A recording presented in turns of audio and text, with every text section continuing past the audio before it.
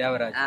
எவ்வளோ காலங்களா இங்க இருக்கீங்க நீங்க? 10 வருஷமா இருக்கேன் 10 வருஷமா இருக்கீங்க. அப்புறம் நேரு அண்ணாமலை இல்லையா, ஆமா. அதெல்லாம் அபிஷேகம்லாம் பண்ணிக்கிறேன் நான். அப்படியா?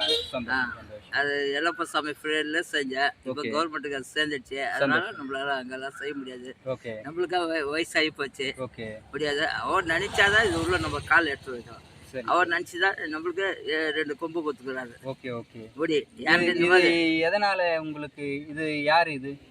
இது வந்து அண்ணாமலையார். அண்ணாமலையார். அவர் கொடுத்தாதான் இது நம்மளுக்கு, அவர் கொடுத்தது தான் இது. Okay, okay.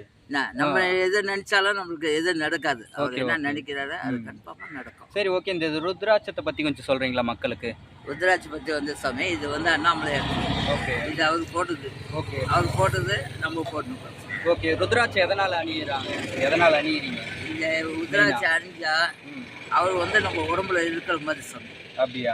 சிவபெருமானே உடம்புக்குள்ள உடம்புக்குள்ள இருக்கிறாரு, ஏற்கனவே இருக்கிறாரு. இது போட்டோம்னா அதனுடைய பலனா அவர் காட்டுவார். ஓகே. பொதுவா எல்லாருமே அணியலாமா இதை? எல்லாரும் அணிஞ்சலாம்.